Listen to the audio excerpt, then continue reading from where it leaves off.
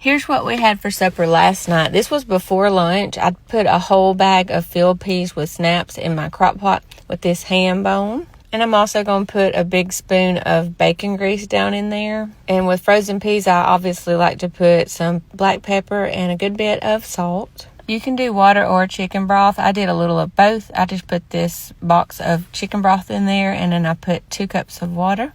And I like to cook my frozen peas on high in the crock pot, and I just set it for 8 hours, but I think we probably ate at about 7. These are the leftover ribeyes. I actually cooked too many on purpose because I wanted some leftover just for this meal. There's nothing like some steak tips and gravy. You can put it over mashed potatoes or rice, and it's just so good. Y'all look at that. So get those cubed up like that. Put them in your crock pot. I used 2 packs of brown gravy. And I put a little over a cup of water. And you don't have to do anything after that, but I love golden mushroom soup. If you don't like mushrooms, you don't have to use it. I actually don't like mushrooms, but I use it anyways because it's so delicious. And don't throw away that juice that was in that bag with them steaks because that's flavor. Now let all that cook all day long while you do whatever you need to do. Me personally, I decided to spend some time with these new little kitties that we found on the side of the road. Toby's getting to know them too. And no, neither one of them's pregnant. One's a boy, one's a girl. Their stomachs are big because they're so little. They probably have worms. Most kittens do. But they do look a little older than 6 weeks old, which means they're old enough to be dewormed. I'm going to get them to the vet soon.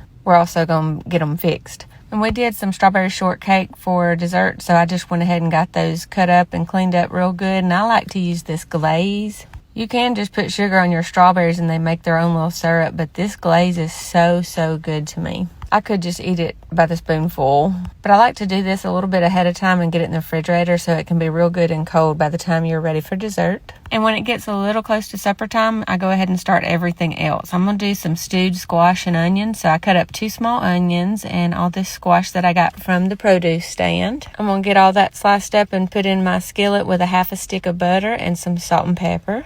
And then I get it on the stove. I start medium or medium high just to get it all started, but then I turn it on low and put the lid on and let it do its thing. We're going to put those steak tips and gravy over mashed potatoes, so I just had to get my potatoes peeled and cut up and washed up, and I'm going to put those on to boil while I make my cornbread. This is yellow cornmeal mix, and to that I'm going to add 2 eggs to it and a little bit of vegetable oil. And then I'm going to add some whole buttermilk.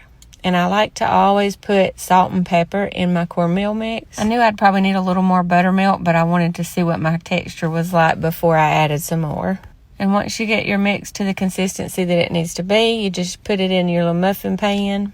I made a little too much, so I baked it anyways, and I'll use it for some dressing later. Now, I removed my ham bone and took some of the ham off of it and put it back into the peas, and I'm ready to make my mashed potatoes. I got the cornbread in the oven.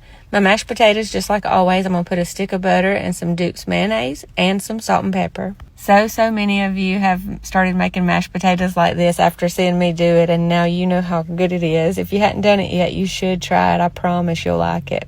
Now that the cornbread is done, we was ready to eat. We got our mashed potatoes, our steak tips and gravy, and some filled peas with snaps, and almost forgot the pepper sauce. Then we got some stewed squash and onions and our cornbread. And here's my grandbaby because I said so. I love you. Stay classy.